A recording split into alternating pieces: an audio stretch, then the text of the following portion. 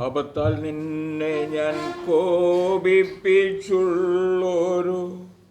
കാലത്തിലും ദയവായി സ്നേഹ വാപിയെ നീ എന്നെ സ്നേഹിച്ചതോർത്തെന്നിൽ ആശ്ചര്യമേറിടുന്നു. സ്നേഹം വാപിയെ നീ എന്നെ സ്നേഹിച്ചതോർത്തെന്നിൽ ആശ്ചര്യമേറിടുന്നു. ജീവിതത്തിൽ പല നീട്ടും ഒട്ടും നിഷേധിക്കാതെ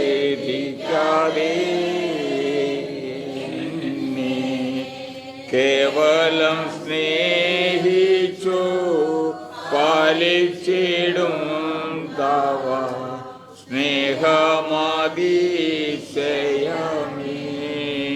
എന്നെ. കേവലം സ്നേഹിച്ചു പാലിച്ചിടും തവ സ്നേഹമതിശയമേ.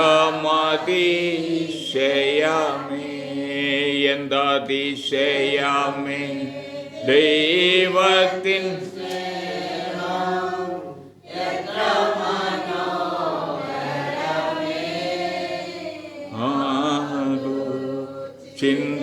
ചിന്തയിലടങ്ങാ സിന്ധു സമാനമായി സന്തതം കാണുന്നു ഞാനതു.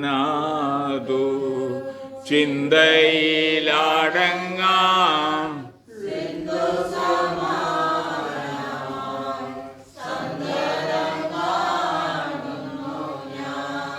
Praise the God. ദൈവത്തിന് സ്തോത്രം. വലിയവനായ ദൈവത്തിൻ്റെ കൃപയാൽ പരിശുദ്ധനായവൻ്റെ പരിപാലനത്താൽ ഈ പകൽക്കാലം ദൈവസന്നിധിയിലായിരിക്കാൻ ദൈവം നമ്മെ എല്ലാവരെയും സഹായിച്ചു തോർത്ത്, അനുവദിച്ചു തോർത്ത്, കൃപ ചെയ്തു തോർത്ത് ദൈവത്തെ സ്തുതിക്കുന്നു, സ്തോത്രങ്ങൾ അർപ്പിക്കുന്നു. സ്നേഹം എന്ന 2 അക്ഷരമുള്ള വാക്ക്, ഈ വാക്കിൻ്റെ വ്യാപ്തി എത്ര വലുതാണെന്ന് പലപ്പോഴും ആരും ചിന്തിക്കാതെ. സ്നേഹമുണ്ട് എങ്കിൽ പലതും ചെയ്യാതിരിക്കാൻ കഴിയും. സ്നേഹമുണ്ട് തെറ്റായ കാര്യങ്ങൾ ചെയ്യാതിരിക്കാൻ കഴിയും. സ്നേഹമുണ്ട് എങ്കിൽ അകന്നിരിക്കാതിരിക്കാൻ കഴിയും. സ്നേഹമുണ്ട് എങ്കിൽ പലതും ചെയ്യാനും കഴിയും. ചെയ്യാതിരിക്കാൻ കഴിയും, പലതും തെറ്റായുള്ളത് ചെയ്യാതിരിക്കാൻ കഴിയും. സ്നേഹം വേണം. സ്നേഹമില്ല എങ്കിൽ ഒന്നുമില്ല. സ്നേഹമില്ല എങ്കിൽ തെറ്റുകൾ ചെയ്തുകൊണ്ടിരിക്കും. ആരോടും തെറ്റുകൾ ചെയ്തുകൊണ്ടിരിക്കുന്നതിൻ്റെ ഒരു ചുരുക്കം സ്നേഹമില്ല എന്നുള്ളത്. സ്നേഹമുണ്ടെങ്കിൽ ചിലരൊക്കെ ചെയ്തുകൊണ്ടിരിക്കും. അതുപോലെ തന്നെ ജീവിതത്തിൻ്റെ എല്ലാ ഘട്ടത്തിലും സ്നേഹത്തിൻ്റെതായ, വാത്സല്യത്തിൻ്റെതായ ആ വലിയ കാര്യം, അതിൻ്റെ മാധുര്യം നമുക്ക് മനസ്സിലാക്കാൻ പറ്റും. സാർ ഇവിടെ പറഞ്ഞപ്പോൾ 10 കന്യകമാരെ കുറിച്ച് അവർ വാസ്തവമായി സ്നേഹിച്ചിരുന്നുവോ? കർത്താവിനെ സ്നേഹിച്ചിരുന്നുവോ? അവരുടെ മണവാളനെ സ്നേഹിച്ചിരുന്നുവോ? 5 പേർ സ്നേഹിച്ചിരുന്നു. അതുകൊണ്ട് എന്ത് കഷ്ടം വന്നാലും ശരി കാത്തിരിക്കുക എന്ന് തന്നെ അവർ തീരുമാനിച്ചു.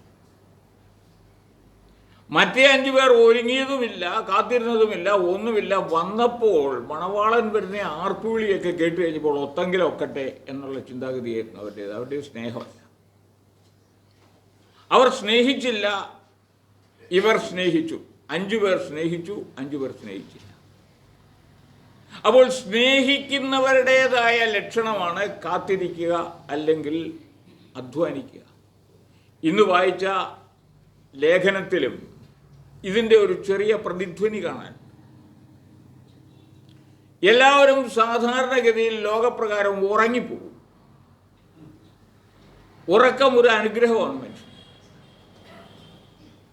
പക്ഷെ ഉറങ്ങുന്നവരെ ഉണർത്താൻ പറ്റും. ഉറക്കം നടിക്കുന്നവരെ ഉണർത്താൻ പറ്റില്ല, വലിയ ബുദ്ധിമുട്ടാണ്. ഒരിക്കൽ ഒരമ്മ തമാശ പറഞ്ഞപ്പോൾ പറഞ്ഞു, മക്കളെ രണ്ടുപേരും കൂടെ കിടന്നുറങ്ങും ടി വിയൊക്കെ കണ്ടിട്ട് വൈകുന്നേരം ആകുമ്പോൾ. എത്ര വിളിച്ചാലും ശരി രാവിലെ എഴുന്നേൽക്കുകയില്ല. ഒരു ദിവസം അമ്മ തീരുമാനിച്ചു, ഇവരെ വെള്ളം കൊണ്ട് കുളിപ്പിച്ച് രാവിലെ എഴുന്നേൽപ്പിക്കണം.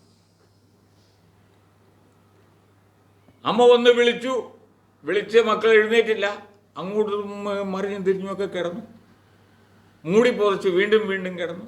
പുതപ്പെടുത്ത് മാറ്റിയപ്പോൾ പുതച്ചിപ്പ് വീണ്ടും പുതച്ചുകൊണ്ട് കിടന്നു. അമ്മയ്ക്ക് ദേഷ്യം വന്നു, ഇപ്പം കാണിച്ചു തരാം അവിടെ അങ്ങോട്ട്. അമ്മ അങ്ങ് പോയി. എന്നിട്ടൊരു പാത്രത്തിൽ നിറച്ച് വെള്ളം കൊണ്ടുവന്നാൽ ശരിക്കും അങ്ങോട്ട് ഒഴിച്ചു കഴിഞ്ഞിട്ട് അനക്കമൊന്നുമില്ല. അമ്മ പുതപ്പ് മാറ്റി നോക്കിയപ്പോൾ അവിടെയൊക്കെ തലേണയാണ്. പിള്ളേർ തലേണ വെച്ച് അമ്മച്ചീനെ പറ്റിച്ചു. ഇങ്ങനെ പറ്റിക്കുന്ന കുഞ്ഞുങ്ങളുടെ അടുത്ത് എന്ത് ചെയ്യാൻ പറ്റും? ഉറക്കം നടിക്കുന്നവരാണെങ്കിൽ ഉണർത്താൻ പറ്റും. ആ കുഞ്ഞുങ്ങളെ ഉണർത്താൻ പറ്റിയില്ല, പക്ഷേ അവർ അമ്മച്ചീനെ പറ്റിച്ചു, അമ്മച്ചി വിട്ടിയായി. ഇതെല്ലാം സ്നേഹത്തിൻ്റെ പര്യായ പദങ്ങളായി മാറപ്പെടുമ്പോൾ നിങ്ങളും ദൈവവുമായുള്ള ബന്ധം എന്താണ്? സ്നേഹത്തിലാണോ? ഉറക്കത്തിലാണോ? ദൈവത്തെ ഏത് പറഞ്ഞൊന്നും തോൽപ്പിക്കാൻ പറ്റില്ല. ദൈവത്തെ പറ്റിക്കാൻ സാധ്യമല്ല ആരെക്കൊണ്ടും. പക്ഷെ നിങ്ങൾ ആരാണ്, എവിടെയാണ്, എങ്ങനെയാണ്? ഉറങ്ങുകയാണ്. പലരും ഇന്ന് ഉറങ്ങിക്കൊണ്ടിരിക്കുക. ശാരീരികമായ ബുദ്ധിമുട്ടുകൾ മൂലം ചിലരൊക്കെ ഉറങ്ങിപ്പോകും. ഒരിക്കൽ വൃദ്ധനായ ഒരു ഉപദേശി, അദ്ദേഹത്തിൻ്റെ പേര് CS മാത്യു എന്നാണ്, വേൾഡ് മിഷണറി ഇവാഞ്ചലിസം എന്ന സുവിശേഷ സംഘടനയുടെ കേരളത്തിലെ നേതാവായിരുന്നു. അദ്ദേഹത്തിൻ്റെ മകനാണ് OM രാജുക്കുട്ടി. റാന്നിയാണ് അവരുടെ പ്രവർത്തന കേന്ദ്രം. ആ CS മാത്യു എന്ന ആ ദേവദാസൻ, അദ്ദേഹം വൃദ്ധനായിരുന്നു. അദ്ദേഹം ചോദിച്ചു, ഈ 3 മണിക്കൂർ നേരത്തെ നിങ്ങൾക്ക് ഉറങ്ങാൻ പറ്റുമോ? നിങ്ങളുടെ ഉറക്കം ഈ 3 മണിക്കൂർ നേരത്തേക്കൊന്ന് മാറ്റി വെച്ചുകൂടെ? വളരെ വികാരധീനനായി അദ്ദേഹം പറഞ്ഞപ്പോൾ അദ്ദേഹം പറഞ്ഞു, ഇനി മുതൽ നിങ്ങളൊരു കാര്യം ചെയ്യുക, വീട്ടിൽ നിന്ന് പോരുമ്പോൾ ഓരോ പായും കൊണ്ടുവരിക, എന്നിട്ട് ഉറക്കം വരുമ്പോൾ ഹോളിൻ്റെ തിണ്ണയ്ക്ക് ഭാവിച്ചോളുക, കിടന്നുറങ്ങിക്കോളുക, ആരും ചോദിക്കുക, ഇതിൻ്റെ അകത്തിരുന്നുടങ്ങുക. അപ്പോൾ ഉറക്കത്തെക്കുറിച്ചുള്ള പഠനം നടത്തുമ്പോൾ ഓരോ ശുശ്രൂഷകൻ്റെയും മുൻപിൽ അവരുടെ ആ ഉള്ളിലെ വിചാരം എന്താണെന്ന് മനസ്സിലാക്കാൻ പറ്റും. ഇപ്പം നിങ്ങളിലൊരു 4 പേര് ഇതിൻ്റെ അകത്തിരുന്ന് ഉറങ്ങിക്കഴിഞ്ഞാൽ എനിക്ക് പ്രസംഗിക്കാൻ പറ്റില്ല. 4 പേര് അങ്ങോട്ടും ഇങ്ങോട്ടും തിരിഞ്ഞിരുന്ന് വർത്താനം പറഞ്ഞുകൊണ്ടിരുന്നാലും എനിക്ക് ബുദ്ധിമുട്ടുണ്ടാകും. അപ്പോൾ ഒരു പ്രസംഗിക്കാൻ നിൽക്കുന്നവൻ ഇങ്ങനെയാണെങ്കിൽ ദൈവത്തിൻ്റെ അവസ്ഥ എന്തായിരിക്കും? നമ്മൾ ഏത് സമയത്തും ദൈവത്തോട് കൂടെ നടക്കണമെന്നാണ് ദൈവം നമ്മെക്കുറിച്ച് ആഗ്രഹിക്കുന്നത്. എപ്പോഴും ദൈവത്തോട് കൂടെ ആയിരിക്കണം. പക്ഷെ നമുക്ക് എപ്പോഴും ദൈവത്തോട് കൂടെ ആയിരിക്കാൻ കഴിയുന്നില്ല. എന്തുകൊണ്ട്? സ്നേഹമില്ലായ്മ മൂലം തന്നെയാണ്.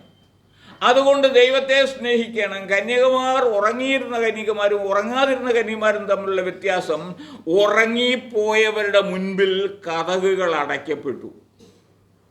ആ കതക് പിന്നെ തുറക്കുകയില്ല. ഇവിടെയും ജീവിതത്തിലും ഉറങ്ങിപ്പോകുന്ന ഒത്തിരി പേരുണ്ട്.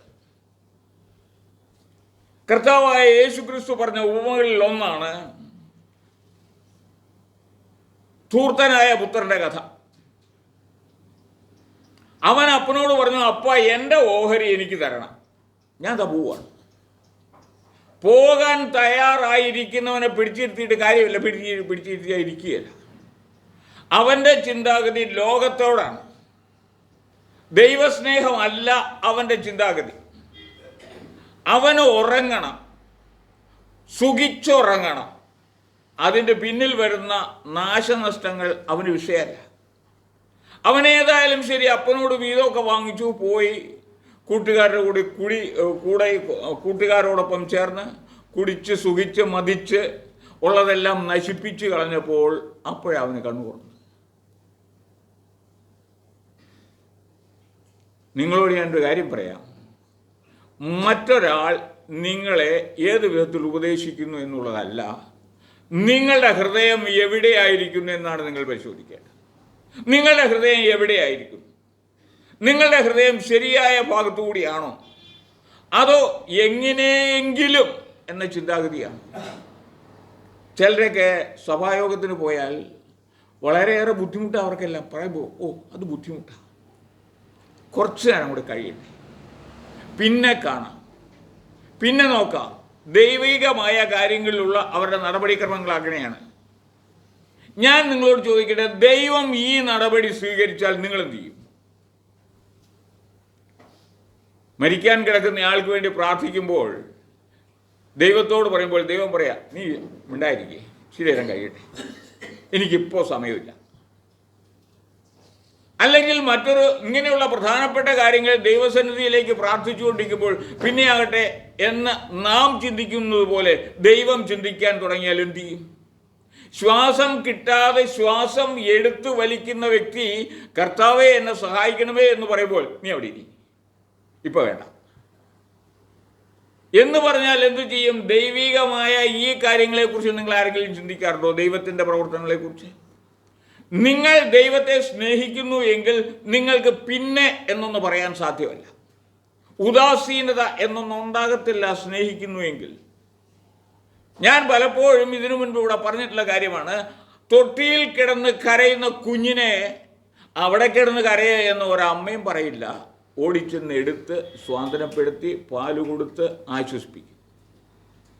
ഏതെങ്കിലും അമ്മമാർ പറയൂ, നീ അവിടെ കിടന്ന് കുറേയേറെ കരയെ, നിന്റെ കരച്ചില് എന്ന് പറഞ്ഞ് പ്രാകുകയും വഴക്കുണ്ടാക്കുകയും ഒന്നും ചെയ്യില്ല. ഓടിച്ചെന്ന് തൻ്റെ കുഞ്ഞിനെ എടുത്ത് അമ്മയെ ആശ്വസിപ്പിക്കും. അത് അമ്മയുടെ സ്നേഹമാണ്. ആ സ്നേഹത്തിൻ്റെ മുൻപിൽ സർവശക്തികളും തോറ്റുപോകും. പക്ഷെ നിങ്ങളുടെ പ്രാണനെ വീണ്ടെടുത്ത നിങ്ങളുടെ കർത്താവിനെ കുറിച്ചുള്ള നിങ്ങളുടെ സ്നേഹം ഏത് വിധത്തിലാണ്? നിങ്ങൾ പറയും കുറെ കൂടെ കഴിയട്ടെ. ഉറങ്ങിക്കൊണ്ടിരിക്കുകയാണ് മനുഷ്യൻ, ദൈവം മുൻപാകെ ഉറക്കത്തിലാണ്, ദൈവ പ്രവർത്തികളുടെ മുൻപിൽ ഉറക്കത്തിലാണ്. ഇത് എൻ്റെ ഉത്തരവാദിത്വമാണ്, എൻ്റെ രക്ഷകന്റെ കാര്യമാണ് എന്ന ചിന്താഗതി പലർക്കുമില്ല. ചിലരെല്ലാം പോകാൻ തയ്യാറായിരിക്കുകയാണ്. തമ്പിസാർ ഇതിനു മുമ്പ് ഒരിക്കൽ ഇവിടെ പറഞ്ഞു, പോകുന്നവരൊക്കെ പൊക്കോ, ഞാൻ ആരെയും സ്വർഗത്തിൽ കൊള്ളാവുന്ന ആർക്കും വാക്കൊന്നും കൊടുത്തിട്ടില്ല. ഞാൻ ആ കാര്യം പലപ്പോഴും ഇങ്ങനെ ചിന്തിക്കാറുണ്ട്. ആർക്കും മറ്റൊരാളെ സ്വർഗത്തിലേക്ക് കൂടെ കൂട്ടിക്കൊണ്ടുപോകാൻ സാധ്യമല്ല. നിങ്ങൾക്കാണ് മനസ്സ് വേണ്ടത്, എനിക്ക് പോകണം, ദൈവസന്നിധിയിൽ എനിക്ക് പോകണം. ഇന്ന് ചില സമുദായക്കാരൊക്കെ പറയാറുണ്ട്, ചില പൂജകൾ, കർമ്മങ്ങൾ അല്ലെങ്കിൽ കുർബാന അങ്ങനെയുള്ള കാര്യങ്ങളൊക്കെ ചെയ്താൽ അങ്ങോട്ട് കയറ്റിക്കോളും. അങ്ങനെയൊന്നും വചനത്തിലില്ല. വചനത്തിലില്ലാത്തത് ഉള്ളത് പറഞ്ഞ് മനുഷ്യനെ കബളിപ്പിക്കുന്ന ഒരു സമൂഹത്തിൻ്റെ മുൻപിലാണ് നാം എല്ലാം നിൽക്കുന്നത്. നിങ്ങൾക്ക് നിങ്ങളെ സ്നേഹിപ്പാൻ കഴിയുമെങ്കിൽ നിങ്ങൾക്ക് ദൈവത്തെ സ്നേഹിക്കാൻ കഴിയണം. ദൈവത്തെ സ്നേഹിക്കാൻ കഴിയുമെങ്കിൽ നിങ്ങൾ പൂർവികമായത് വിട്ട് കളയില്ല.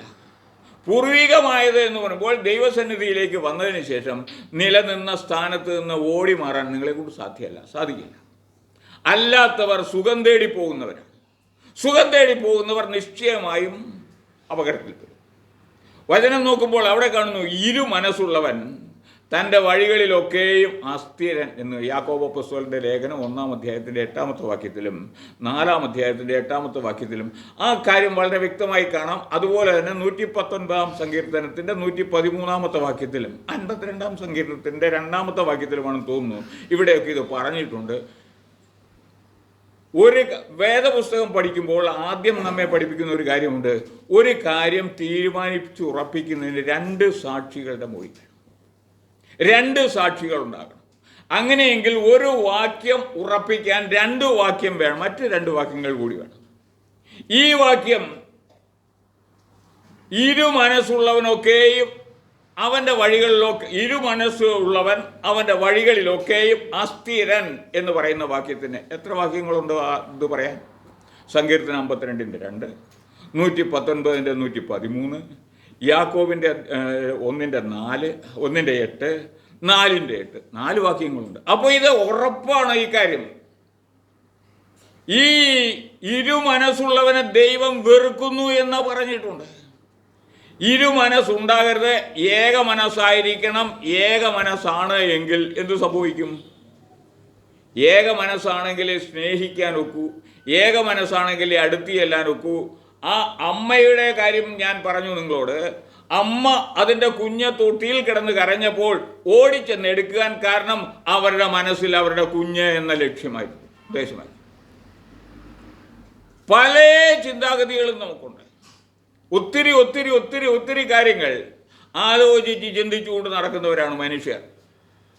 ഇതിലേതെങ്കിലും ഒരു സ്ഥാനത്തെങ്കിലും ദൈവത്തിൻ്റെ കാര്യത്തെക്കുറിച്ച് പറയാറുണ്ടോ, പറഞ്ഞിട്ടുണ്ടോ, ചിന്തിക്കാറുണ്ടോ, ചിന്തിച്ചിട്ടുണ്ടോ? ഇല്ല. എല്ലാവരും തന്നെ അവരവരുടെ സ്വന്തം ചിന്താഗതി പ്രകാരം പോകുന്നവരാണ്. കാരണം ദൈവസ്നേഹം നമ്മിൽ കുറഞ്ഞുപോയി. കർത്താവായ യേശു ക്രിസ്തു തൻ്റെ അവസാനത്തെ നാളുകളിൽ ഗെത്സമന തോട്ടത്തിലേക്ക് തൻ്റെ ശിഷ്യന്മാരുമായി പോയി അവിടെ ഇരുന്ന് പ്രാർത്ഥിച്ചു. അവിടെ പ്രാർത്ഥിക്കാൻ തുടങ്ങിയപ്പോൾ ശിഷ്യന്മാരോട് പറഞ്ഞു, നിങ്ങൾ ഇവിടെ ഇരിപ്പിൻ, ഞാൻ മുൻപോട്ട് പോയി പ്രാർത്ഥിച്ചിട്ട് വരാം. ഈ ശിഷ്യന്മാരെ പ്രാർത്ഥിക്കാൻ പ്രാർത്ഥന പറഞ്ഞു കൊടുത്ത് പഠിപ്പിച്ചനാണ് കർത്താവ്. അങ്ങനെ പ്രാർത്ഥനയുടെ ഉറവിടം ശിഷ്യന്മാരുടെ ഉള്ളിലേക്ക് വെച്ചു കൊടുത്ത ആ അരുമ ഗുരുനാഥൻ തൻ്റെ അവസാനത്തെ നാളുകളിൽ തൻ്റെ ശിഷ്യന്മാരെ നിങ്ങളിവിടെ ഇരിപ്പീൻ, നിങ്ങളിവിടെ ഇരിക്കേ, ഞാൻ പ്രാർത്ഥിച്ചിട്ട് മടങ്ങി വരാം. താൻ പോയി പ്രാർത്ഥിച്ചിട്ട് മടങ്ങി വരുമ്പോൾ അവർ കണ്ണിന് ഉറക്കം ഭാരം കൊണ്ട് അവർ ഉറങ്ങുന്നത് കണ്ടു. ഗുരുവിന് ചോദിക്കാൻ ഒന്നേ ഉണ്ടായിരുന്നുള്ളൂ, ഒരു നാഴിക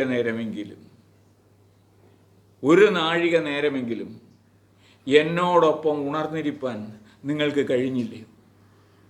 ഇവിടെ കർത്താവ് വീണ്ടും ചോദിക്കുന്നു, നിങ്ങളുടെ ഈ തന്നെ ആയുസ്സിൽ ഞാൻ നിങ്ങളെ ഇത്രത്തോളം നടത്തിയിട്ട് എന്നെ ഉപേക്ഷിച്ചിട്ട് പോകാൻ നിങ്ങൾക്കെങ്ങനെ മനസ്സായി? എന്നെ ഉപേക്ഷിച്ചിട്ട് പോകാൻ നിങ്ങൾക്കെങ്ങനെ മനസ്സായി? നിങ്ങളുടെ രണ്ട് ഹൃദയം, ഈ ഹൃദയത്തെ വിട്ടുകളയണം. അവിടെ അല്ലെങ്കിൽ ഇവിടെ എന്ന ചിന്താഗതി പാടില്ല. ഇവിടേക്ക് വരേണ്ടതിൻ്റെ ആവശ്യം എന്താണ് അത് മനസ്സിലാക്കണം. മനസ്സിലാക്കിയതിന് ശേഷം നിങ്ങൾ നിശ്ചയമായി ദൈവസന്നിധിയിൽ ഉറച്ചു നിന്നാൽ എത്ര നശിച്ചു പോയെന്ന് ആരൊക്കെ പറഞ്ഞാലും, എത്ര ഗുണം പഠിക്കാതെ പോയെന്ന് ആരൊക്കെ പറഞ്ഞാലും ശരി, നിങ്ങളുടെ തലമുറകളെ ദൈവം ഉയർത്തിക്കൊണ്ടു. അതിന് നിങ്ങൾ ചെയ്യണം. അപ്പൻ എന്താണ്, അമ്മ എന്താണ്, മക്കൾ വളരെ കൃത്യമായി നോക്കിക്കൊണ്ടിരിക്കും. അവരുടെ പ്രവർത്തനങ്ങൾ, അവരുടെ സംസാരങ്ങൾ, വീട്ടിൽ പറയുന്ന രഹസ്യങ്ങൾ, അപ്പനും അമ്മയും തമ്മിൽ പറയുന്നത്, ഇത് മക്കൾ വളരെ ശ്രദ്ധയോടെ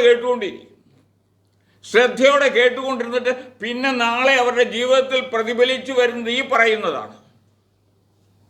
ഊണുമേശപ്പുഴയിൽ വെച്ച് അമ്മയപ്പന്മാർ പറയുന്നത് മക്കളത് ശ്രദ്ധിച്ചുകൊണ്ടിരിക്കും. നിങ്ങളുടെ കുഞ്ഞുങ്ങൾ ഒരു 10 വയസ്സ് 12 വയസ്സൊക്കെ കഴിഞ്ഞു പോയാൽ അവരെ വളരെ ശ്രദ്ധിക്കണം. അവർ നിങ്ങളുടെ പാതയുടെ ചവിട്ടടി നോക്കി അവർ പോയിക്കൊണ്ടിരിക്കും. നിങ്ങളുടെ വർത്തമാനത്തിൻ്റെ അലയടി അവരുടെ ഹൃദയങ്ങളിൽ എപ്പോഴും ഉയർന്നുകൊണ്ടിരിക്കും. ഞാനൊരു കത്തോലിക്ക ഇതിൽപ്പെട്ട ഒരു വീട്ടിൽ ഒരിക്കൽ വിരുന്നുകാരനായി കടന്നു ചെല്ലേണ്ട ഒരാവശ്യമുണ്ടായി. ഞാൻ അത്ഭുതപ്പെട്ടു പോയി. നമ്മളെക്കാൾ, പെന്തക്കോസ്തുകാരേക്കാൾ എത്രയോ ദൈവഭക്തിയാണ് അവർക്ക്. ഉണ്ണാനിരിക്കുമ്പോൾ ഞാൻ പോലും പലപ്പോഴും ഭക്ഷണത്തിൻ്റെ മുമ്പിൽ ചെന്നിരിക്കുമ്പോൾ സ്തോത്രം പറയാനോ പ്രാർത്ഥിക്കാനോ ഒക്കെ മറന്നു പോകാറുണ്ട്. എങ്കിലും എപ്പോഴും മറ്റുള്ളയിടത്ത് ചെയ്യും പോലെ പ്രാർത്ഥിക്കാറില്ല, സ്തോത്രം പറയും. സ്തോത്രം പറഞ്ഞുകൊണ്ട് ഞാൻ ഭക്ഷണം കഴിക്കും. പക്ഷെ അവിടെ ആ പിതാവ് പ്രാർത്ഥിക്കുന്നിടം വരെയും അവരുടെ മുൻപിൽ വിളമ്പി വെച്ച ഭക്ഷണം ആ കുഞ്ഞുങ്ങളും മറ്റുള്ളവരും തൊട്ടില്ല. അവർ നോക്കിക്കൊണ്ടു. ഞാൻ എടുത്തു വലിച്ചു വെച്ചൊക്കെ കുഴച്ചു കൂട്ടാൻ ശ്രമിച്ചപ്പോഴും കുഞ്ഞുങ്ങൾ നോക്കിക്കൊണ്ടിരിക്കുന്ന കണ്ടപ്പോൾ എനിക്കൊരു സംശയം, എന്താണിത്? അവർ സ്നാനപ്പെട്ടില്ല എന്നുള്ള ഒരൊറ്റ കുറ്റം മാത്രമേ അവരെക്കുറിച്ച് പറയാനുള്ളൂ. അന്ന് സ്നാനത്തെക്കുറിച്ച് അവരോട് പറയാനായിട്ട് ദൈവം എനിക്ക് സാവകാശം തന്നു. അവരുടെ ഭക്തി എത്ര വലുതാണ്. നമ്മൾ വിചാരിക്കും നമ്മൾ മാത്രമാണ് രക്ഷിക്കപ്പെട്ടു, സ്നാനപ്പെട്ടു, അതുകൊണ്ട് എങ്ങനെയെങ്കിലും അങ്ങ് സ്വർഗത്തിലേക്ക് കയറാൻ പറ്റില്ല. നിന്റെ പ്രവർത്തനം എപ്പോഴും ദൈവ മുൻപാകെ നേരുള്ളതായിരിക്കണം. 2 വഞ്ചിയിൽ കാലുവെച്ചുള്ള യാത്ര പാടില്ല, ഒരേ വഞ്ചിയിൽ തന്നെയായിരിക്കണം നിന്റെ യാത്ര. അങ്ങോട്ടോ ഇങ്ങോട്ടോ മാറിപ്പോയാൽ നീ വെള്ളത്തിൽ വീഴാൻ ഇടയാകരുത്. നിന്റെ മനസ്സ് നീ ഇരുഹൃദയമുള്ളവനായിരിക്കരുത്. അവിടെയോ ഇവിടെയോ എന്ന ചാഞ്ചാട്ടം പാടില്ല. ഒരേ ഹൃദയത്തോടു കൂടി ദൈവസന്നിധിയിലായിരിക്കുക. ആർക്കും ആരെയും സ്വർഗത്തിലേക്ക് കൂട്ടിക്കൊണ്ടേ ചെല്ലാനോ വിളിച്ചുകൊണ്ടു പോകാനോ പറ്റില്ല. നിങ്ങളുടെ പ്രവൃത്തി ഈ സ്വർഗത്തിലേക്ക് പോകണം എന്നുള്ള ചിന്താഗതി നിങ്ങൾക്കായിരിക്കണം ഉണ്ടാകരുത്. ഉണർന്നിരിപ്പിൻ. എഫേസ്യ ലേഖനം 5-ാം അധ്യായം അതിൻ്റെ 14-ാമത്തെ വാക്യം. എഫേസ്യർ 5:14.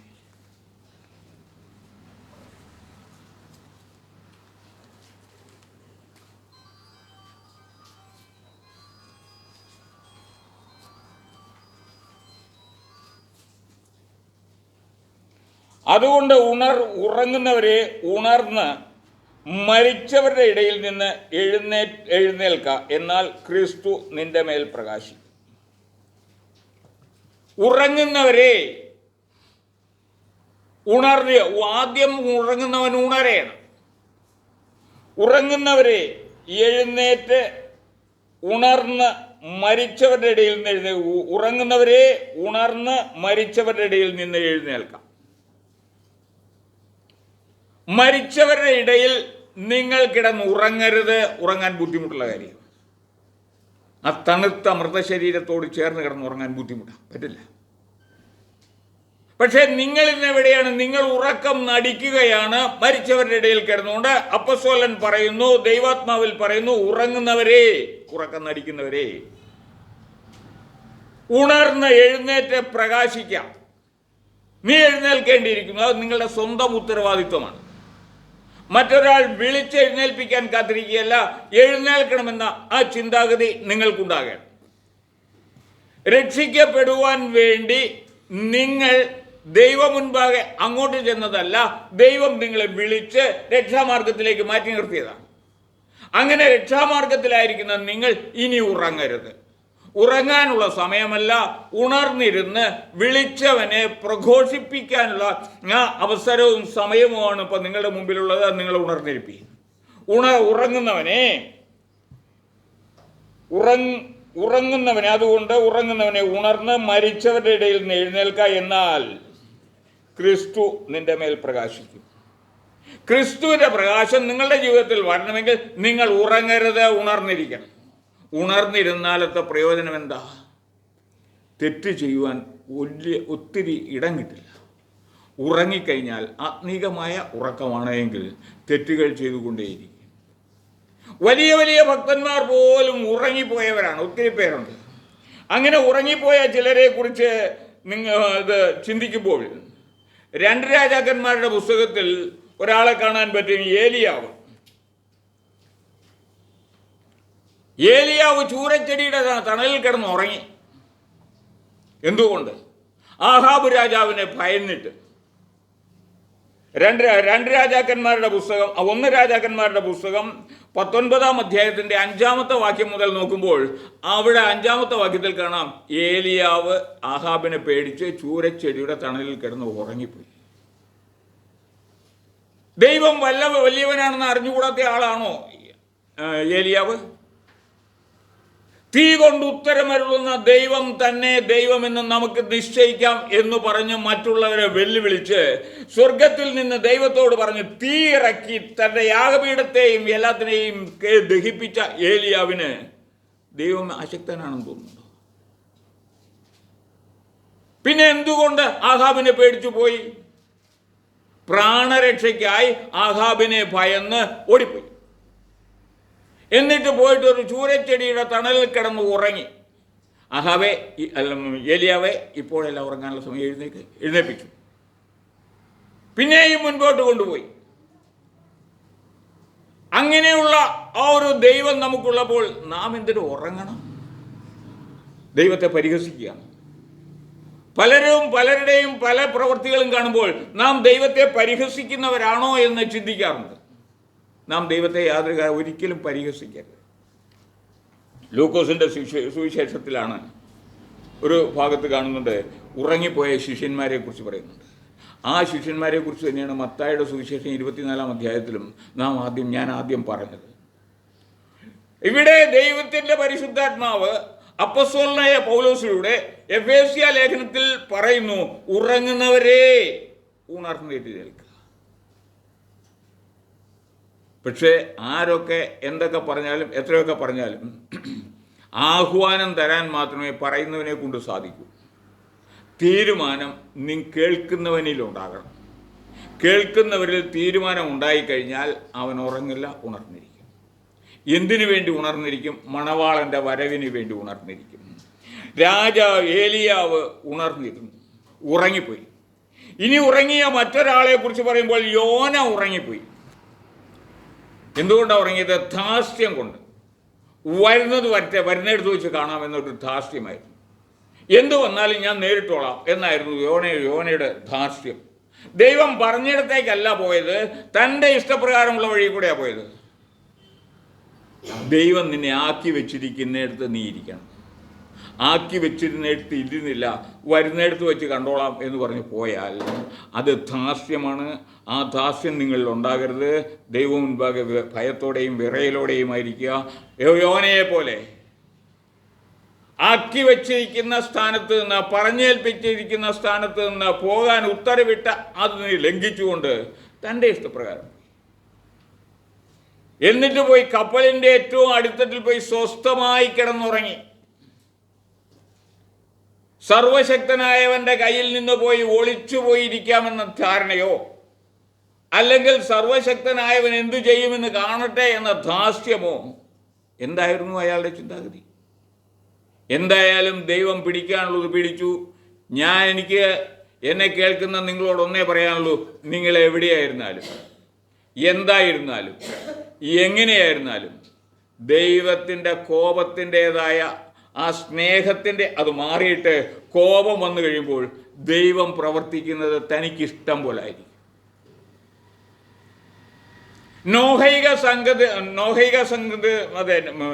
ആദാമ്യ സന്തതികളിൽ പരമ്പര എടുത്തു വരുമ്പോൾ നോഹയുടെ ഭാഗത്തേക്ക് വരുമ്പോൾ അവിടെ ദൈവഭവനങ്ങളിൽ സ്ത്രീകളുമായുള്ള ബന്ധം മൂലം ഒരു വലിയ വഴക്കുണ്ടാകാനിടയായി. അവിടെ അനേക സ്ത്രീകൾ ദുഃഖിക്കാനിടയായി.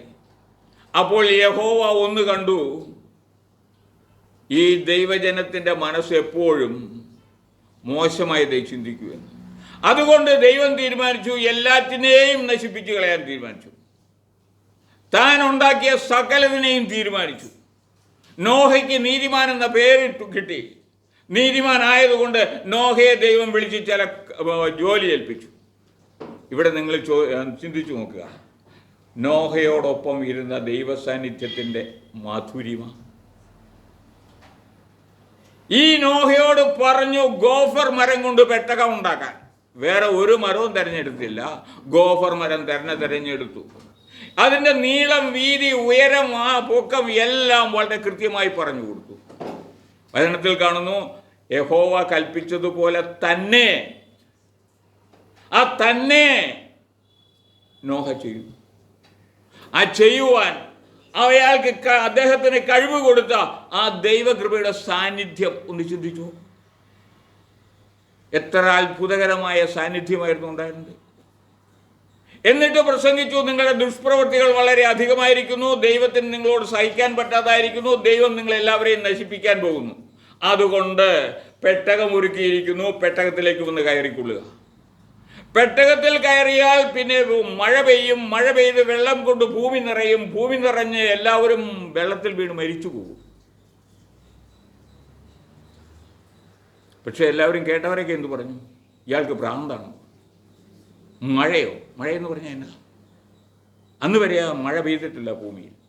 മഞ്ഞ് പൊങ്ങി കൃഷികളും മറ്റും നനയ്ക്കാനുള്ള മഞ്ഞ് കിട്ടും. ആ മഞ്ഞിൻ്റെ വെള്ളം കൊണ്ടാണ് നനഞ്ഞുകൊണ്ട്. വെള്ളമോ മഴയോ എന്താണത്? അവരെല്ലാവരും അദ്ദേഹത്തെ കളിയാക്കി, ഈ വൃദ്ധന് ഭ്രാന്താണെന്ന് പറഞ്ഞു. പക്ഷേ പെട്ടകത്തിൻ്റെ പണി തീർന്നപ്പോൾ, പെട്ടകത്തിൻ്റെ പണി തീരുന്നത് വരെ നിങ്ങൾക്ക് നടക്കാം ഇഷ്ടം പോലെ. അതെ, നിങ്ങൾക്കായി ഒരു പെട്ടകം ഒരുക്കിക്കൊണ്ടിരിക്കുന്നു. ആ പെട്ടകത്തിൻ്റെ പണി തീർന്നു കഴിഞ്ഞാൽ മഴ ആരംഭിക്കും. കോപത്തിൻ്റെ മഴ, ദൈവത്തിൻ്റെ ക്രോധത്തിൻ്റെ മഴ.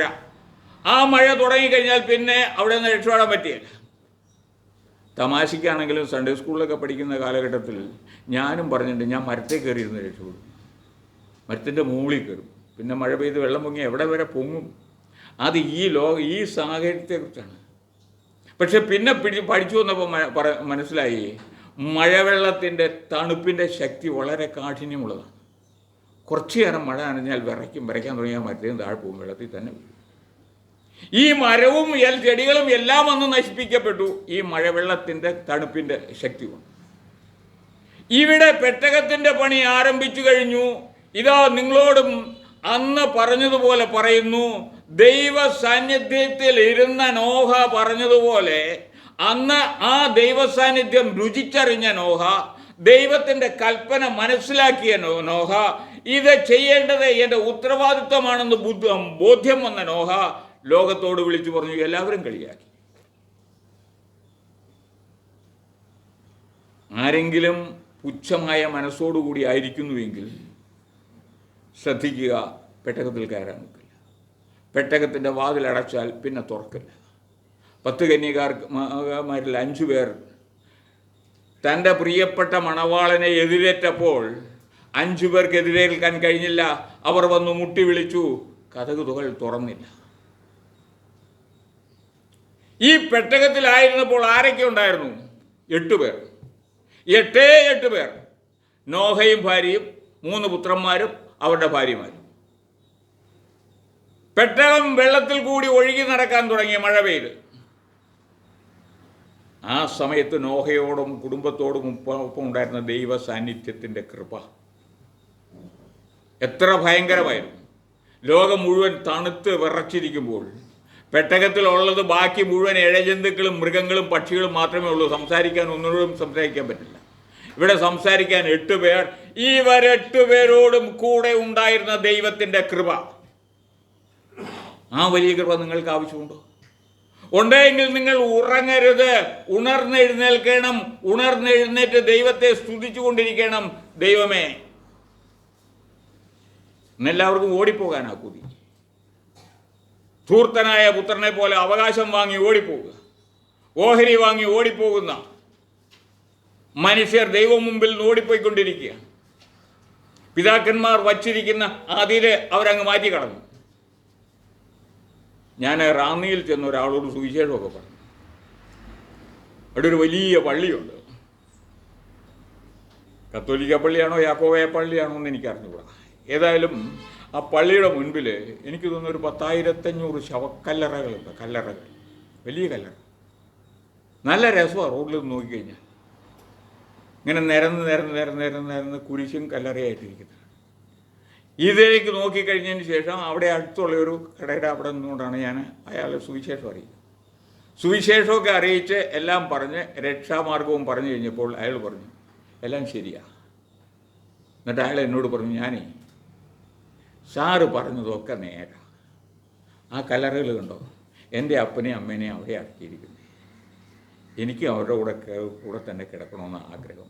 അതുകൊണ്ട് സാറ് വേറെ ആരോടെങ്കിലും.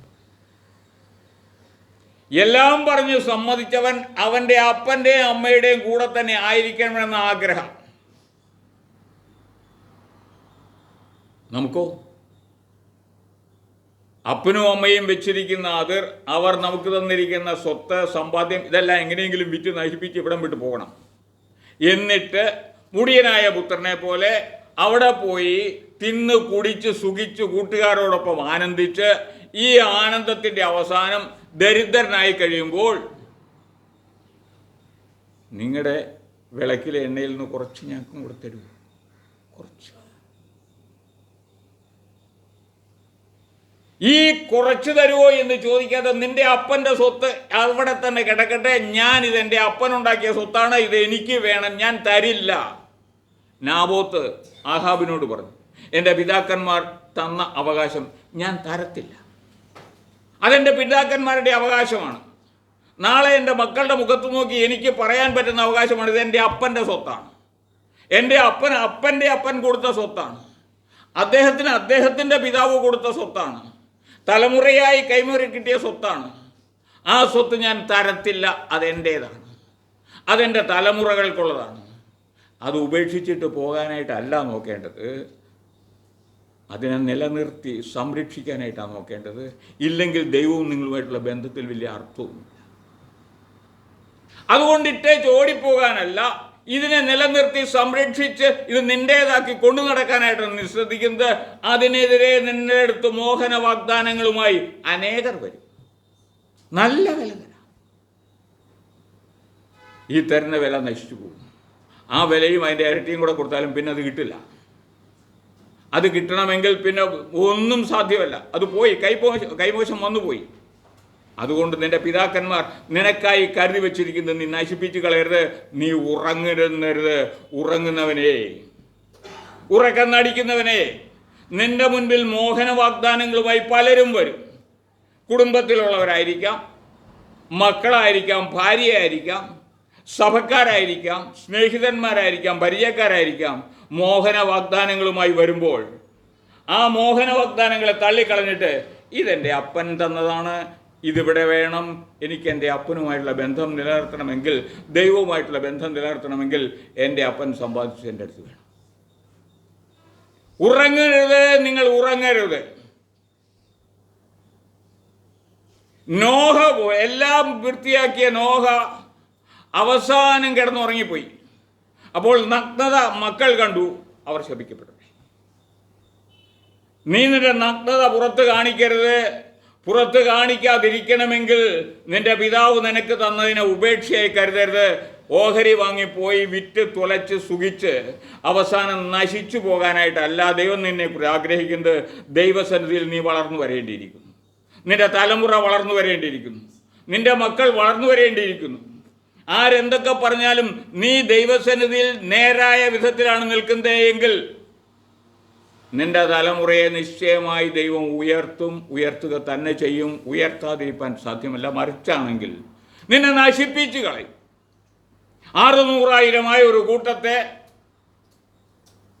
മോശയുടെ കൈക്കീഴിൽ മിസ്രൈമിൽ നിന്ന് പുറപ്പെടുവിച്ച ദൈവം എത്ര പേർ കനാൻ ദേശത്ത് ചെന്നു?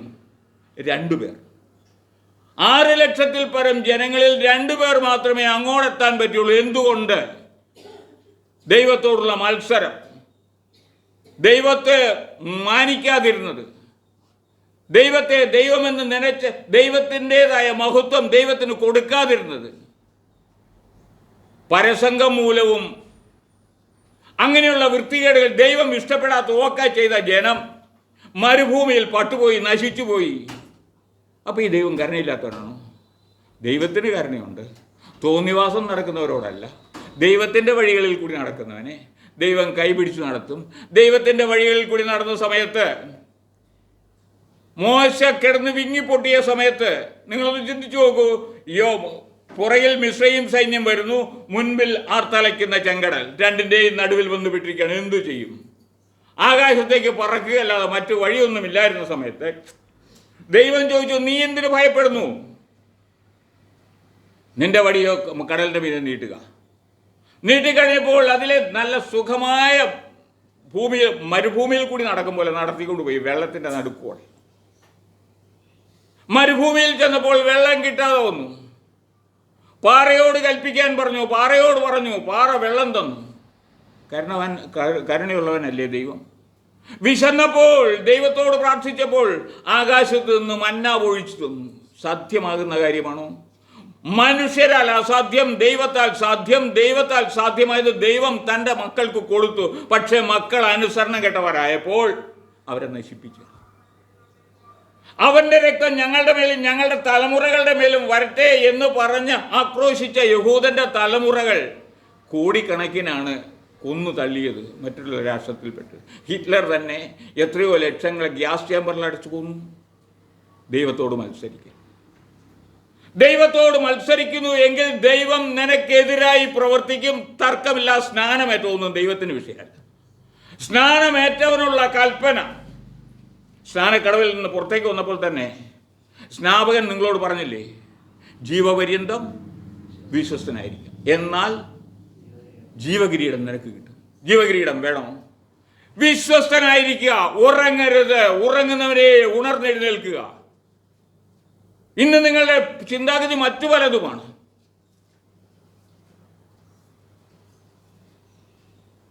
തമ്പി സാർ അന്ന് പറഞ്ഞ കാര്യം, എനിക്ക് ആരെയും സ്വർഗത്തിൽ കൂടാൻ സാധ്യമല്ല, എനിക്ക് സ്വർഗത്തിലേക്ക് പോകാനുള്ള വഴി കാണിച്ചു തരാനേ സാധ്യമാകൂ, ഞാനത് കാണിച്ചു തരുന്നു, കണ്ടിട്ട് നിങ്ങൾ ആ വഴിയെ നടന്നു.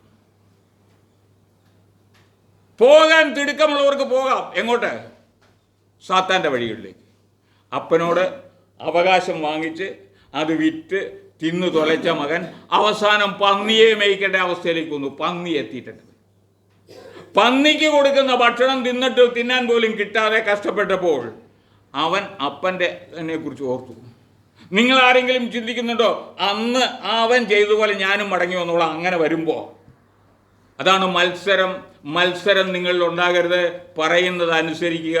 നിങ്ങളുടെ പ്രാണന്, നിങ്ങളുടെ ആത്മാവിന്, നിങ്ങളുടെ ശരീരത്തിന്, നിങ്ങളുടെ തലമുറകളുടെ നന്മയ്ക്ക് നിങ്ങൾ ദൈവവചനം അനുസരിക്കുക. അനുസരിച്ചല്ലാതെ രക്ഷപ്പെടാൻ സാധ്യത. യൗവനത്തിൻ്റെ തിളപ്പിൽ എനിക്കും തോന്നിയിട്ടുണ്ട്, ഏതില പോയാലും ശരി അവസാനം ഞാൻ പിടിച്ചുകൊടുത്തു. പക്ഷേ അങ്ങനെ ഓടിക്കൊണ്ടിരുന്ന, ചോരത്തിളപ്പിൽ ഓടിക്കൊണ്ടിരുന്ന പലരെയും ദൈവം പിടിച്ചു. ആ കൂട്ടത്തിൽ എന്നെയും പിടിച്ചു. എന്നിട്ട് എന്നെ ഒരു പണി ഏൽപ്പിച്ചു, ഒരു വേല. ഞാൻ ദൈവത്തോട് പറഞ്ഞു, കർത്താവേ, കർത്താവാണ് തരുന്നതെങ്കിൽ അതിനൊരു പുതുമയുണ്ടാകും. എനിക്ക് കർത്താവ് തന്ന വേലയ്ക്ക് എന്താ പുതുമ? കർത്താവ് എന്നോട് പറഞ്ഞിങ്ങനെയാണ്, പോസ്റ്റൽ ഇവാഞ്ചലിസം എന്നൊരു മിനിസ്ട്രി ലോകത്ത് ആരെങ്കിലും ചെയ്യുന്നുണ്ടെങ്കിൽ അന്വേഷിച്ച് എന്നോട് പറയാൻ ഞാൻ സമാധാനം. ഞാൻ അന്വേഷിച്ചു. ഒരു പാസ് പറഞ്ഞു, ഞങ്ങൾ ഇൻ്റർനെറ്റ് ഒക്കെ അച്ചടിച്ച് കത്തുകൾ അച്ചടിച്ച് നടക്കുന്നു. പക്ഷേ പോസ്റ്റൽ ഇവാഞ്ചലിസത്തിൻ്റെ പ്രവർത്തനത്തിൻ്റെ കാതലായ ഭാഗം അതല്ല, അതിന് മറ്റൊരു ഭാഗമുണ്ട്. ആ ഭാഗമാണ് ഞാൻ ചെയ്തുകൊണ്ടിരിക്കുന്നത്, ഇന്നും ചെയ്തുകൊണ്ടിരിക്കുന്നത്. ഒരു രക്ഷാ സന്ദേശവും ഒരാൾക്ക് അയച്ചു കൊടുക്കുക, അതാണ് അതിൻ്റെ പ്രത്യേകത. അങ്ങനെ ദൈവം പിടിച്ചു എങ്കിൽ ആ പിടിച്ചെടുത്ത് നിൽക്കാനാണ് ഞാൻ ആഗ്രഹിക്കുന്നത്,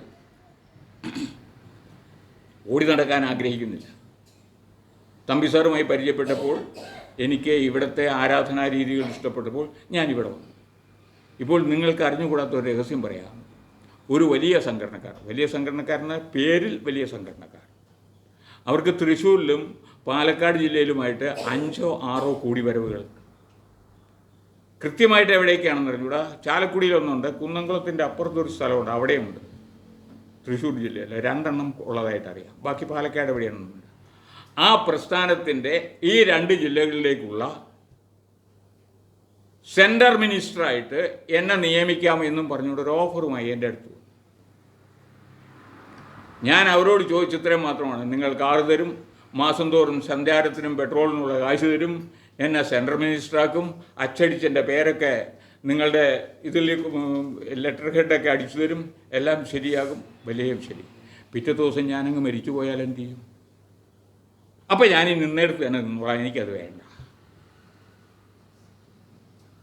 എൻ്റെ ചിന്താഗതി അങ്ങനെയായിരുന്നു. ഇപ്പോൾ ആയിരിക്കുന്നിടത്താകട്ടെ, മനുഷ്യ നീ എന്ന് വിളിക്കുന്നിടത്തേക്ക് വരാൻ എനിക്ക് മനസ്സില്ല. എൻ്റെ ദൈവം എന്നെ ആക്കിയിരിക്കുന്നിടത്തേക്ക് ഞാനിവിടെ നിന്നോളാം. വയ്യാതാവുമ്പോൾ ഞാൻ വീട്ടിലിരിക്കും. ഇപ്പോൾ ഒരു സഹായം, ചെറിയൊരു സഹായം കിട്ടുന്നതുകൊണ്ടായി ഞായറാഴ്ച വരുന്നത്. അല്ലെ വരാൻ ഒക്കുകയില്ല. ഒരു മാസത്തിൽ 1 പ്രാവശ്യം വരാൻ ഒക്കും. മോന് ശമ്പളം കിട്ടുന്ന ആഴ്ചയിലും അതിൻ്റെ അടുത്ത ആഴ്ചയിലും ചിലപ്പോൾ 2 ആഴ്ച വരാൻ ഒക്കും. ഇത് ഇവിടുന്ന് ഈ സഹായം കിട്ടുന്നത് കൊണ്ട് ഞാനിപ്പോൾ എല്ലാ ആഴ്ചയിലും വരുന്നു. എല്ലാ ആഴ്ചയിലും വരുമ്പോൾ ശനിയാഴ്ചയാവുമ്പോൾ ഒരു ഉച്ചയാവുമ്പോൾ സഭായോഗത്തെക്കുറിച്ച് ഓർക്കും, പ്രാർത്ഥിക്കും. പ്രസംഗിക്കാൻ എൻ്റെ ഊഴമാണെങ്കിൽ ഞാൻ പ്രസംഗിക്കാൻ തയ്യാറാകും. അല്ലെങ്കിലും ചിലപ്പോഴൊക്കെ ഒരു പ്രസംഗം തയ്യാറാക്കി വയ്ക്കും. അപ്പോൾ സുന്ദരൻ സാർ വന്നേച്ചും പറയും, എന്ത് പ്രസംഗിച്ചോ. അങ്ങനെ തയ്യാറെടുപ്പോടുകൂടി ഇവിടെ വരാൻ കാരണം ദൈവം എന്നെ ആക്കി വെച്ചിരിക്കുന്നിടത്ത് ഞാൻ ആയിരിക്കുന്നു. ഞാൻ ഇവിടുന്ന് മാറില്ല. മാറേണ്ടി വന്നാലും, പണ്ട് വരീദ് സാർ ഒരു കാര്യം പറഞ്ഞു, ഞാൻ ഇവിടുന്ന് പോകാൻ ഇപ്പോൾ ഉദ്ദേശിക്കുന്നില്ല, പോവുകയാണെങ്കിൽ എല്ലാവർക്കും എന്തെങ്കിലുമൊക്കെ വാങ്ങിച്ചു തന്നേച്ചേ പോകത്തുള്ളൂ. അങ്ങനെ സാർ ഒരിക്കൽ ബിരിയാണിയൊക്കെ വാങ്ങിച്ചു തന്നു. അപ്പം ഞാൻ വിചാരിച്ചു, എൻ്റെ കർത്താവെ ചതിക്കുകയാണോ? ആരും പോകാൻ ഞാൻ ഇഷ്ടപ്പെടുന്നില്ല. പിണങ്ങിപ്പോകരുത്. പിണക്കം എല്ലാ ദോഷത്തിനും കാരണമാണ്. സ്നേഹത്തോടുകൂടി പോകേണ്ടതായ ഘട്ടം വന്നാൽ പോകണം. ഇപ്പോൾ ഇവിടെ ഞാൻ തൃശ്ശൂരിലായിരിക്കും, ഞാൻ എറണാകുളത്തേക്ക് മാറി താമസിക്കേണ്ടി വന്നാൽ ആഴ്ച തോറും ഇങ്ങോട്ട് വരാൻ നടക്കുക. അപ്പോൾ പിന്നെ അവിടെ എനിക്കൊരു പണിയേ ഉള്ളൂ, ഇതുപോലുള്ള ഏതെങ്കിലും ഒരു കൂട്ടായ്മ അന്വേഷിക്കുക, കണ്ടില്ലെങ്കിൽ എവിടെയെങ്കിലും രക്ഷിക്കപ്പെട്ടു എന്ന് പേരുള്ളവരുടെ കൂട്ടത്തിൽ പോവുക, എന്നിട്ട് ഒരു കൂട്ടായ്മ എനിക്ക് അവിടെ തുടങ്ങാനുള്ള പണി നോക്കുക. അപ്പോൾ കുറേ പേര് സുവിശേഷം അറിയിക്കാനൊക്കും, എങ്ങനെയും എൻ്റെ വീട്ടിൽ വെച്ച് ഒരു ചെറിയ കൂട്ടായ്മ കൂടാനൊക്കും, നടക്കാൻ സാധിക്കും ദൈവം അനുവദിച്ചാൽ. ദൈവം കൂടെ ഉണ്ടെങ്കിൽ, ആ ദൈവസ്നേഹത്തിൻ്റെ മാധുര്യം എന്നെ പിന്തുടരുന്നു എങ്കിൽ, വലിയ വലിയ കോട്ടകൾ, യെരിഹോ കോട്ടയുടെ മുകളിൽ കയറുവാൻ തൻ്റെ മക്കളെ ദൈവം ഉത്സാഹിപ്പിച്ചു എങ്കിൽ, തൻ്റെ ജനത്തിന് സാവകാശം ഒരുക്കിയെങ്കിൽ, അതിനേക്കാൾ വലിയ സാവകാശം ദൈവം എനിക്കും ഒരുക്കും. ഞാൻ നിങ്ങളോട് ഒരു കാര്യം കൂടി പറയാം. ദയവായി ഉറങ്ങരുത്. ധിക്കാരത്താൽ യോന ഉറങ്ങി, പേടിച്ചിട്ട് ഏലിയ ഉറങ്ങി, യേശുവിൻ്റെ ശിഷ്യന്മാർ ക്ഷീണം മൂലം ഉറങ്ങി. ഇനിയുമുണ്ട് എൻ്റെ ശിംശോൻ ഉറങ്ങി, ഭാര്യയുടെ വശീകരണത്താൽ. ഭാര്യ വശീകരിച്ച് ഉറങ്ങിയ ശിംശോൻ പിന്നെ എഴുന്നേക്കേണ്ടി വന്നില്ല. അവൻ്റെ മുടിയൊക്കെ മുറിച്ച് കെട്ടി, പിന്നെ അവസാനം അവൻ നശിച്ചു പോയി. നിങ്ങളെ ആരും വശീകരിച്ച് ഉറക്കാതിരിക്കാൻ സൂക്ഷിച്ചുകൊള്ളുക. ഉറങ്ങുന്നവരെ എഴുന്നേൽക്കുക, ഉറങ്ങരുത്. വൈകുന്നേരം രാത്രി കിടന്നുറങ്ങരുന്നതല്ല, ആത്മീകമായി ഉറങ്ങിക്കൊണ്ടിരിക്കുന്നത്. നീ എന്ന് എഴുന്നേൽക്കേണ്ടിയിരിക്കുന്നു. എന്തിന്? നിന്റെ കർത്താവിൻ്റെ വരവ് ആസന്നമായിരിക്കുന്നു. ഇല്ലെങ്കിൽ കന്യകമാരെ പോലെ 5 പേർ പുറത്തു നിന്നവരെ പോലെ പുറത്തായി പോകും. അകത്താകണമെങ്കിൽ കാത്തിരിക്കണം. നിന്റെ ഹൃദയമാകുന്ന വിളക്കിൽ ദൈവചിന്ത എന്ന എണ്ണ നിറച്ചൊഴിച്ച് അത് തെളിയിച്ചുകൊണ്ടേയിരിക്കണം. അവരുടെ വെളിച്ചം ഉണ്ടല്ലോ, പിന്നെ എന്തിനാ എൻ്റെ വെളിച്ചം? വേണ്ട, എൻ്റേത് കത്തിക്കൊണ്ടിരിക്കണം. നിങ്ങളുടെ ഓരോരുത്തരുടെയും ദൈവമുൻപാകെ കത്തിക്കൊണ്ടേയിരിക്കണം. കത്തിക്കൊണ്ടിരുന്നില്ല എങ്കിൽ, കെട്ടുപോയാൽ തെളിയിക്കാൻ പ്രയാസമാണ്. തെളിയിച്ചാൽ തന്നെയും പുറത്തു നിൽക്കാനേ ഒക്കൂ. അവിടെ നിൽക്കുക. ഞാൻ നിങ്ങളെ ഒരു നാളും അറിഞ്ഞിട്ടില്ല, അധർമ്മം പ്രവർത്തിക്കുന്നവരെ എന്നെ വിട്ടു പോകുകയും എന്ന ആ ശബ്ദം കേൾക്കാനാണോ എനിക്ക് വേണ്ടി ഭൂമിയിൽ കഷ്ടപ്പെട്ട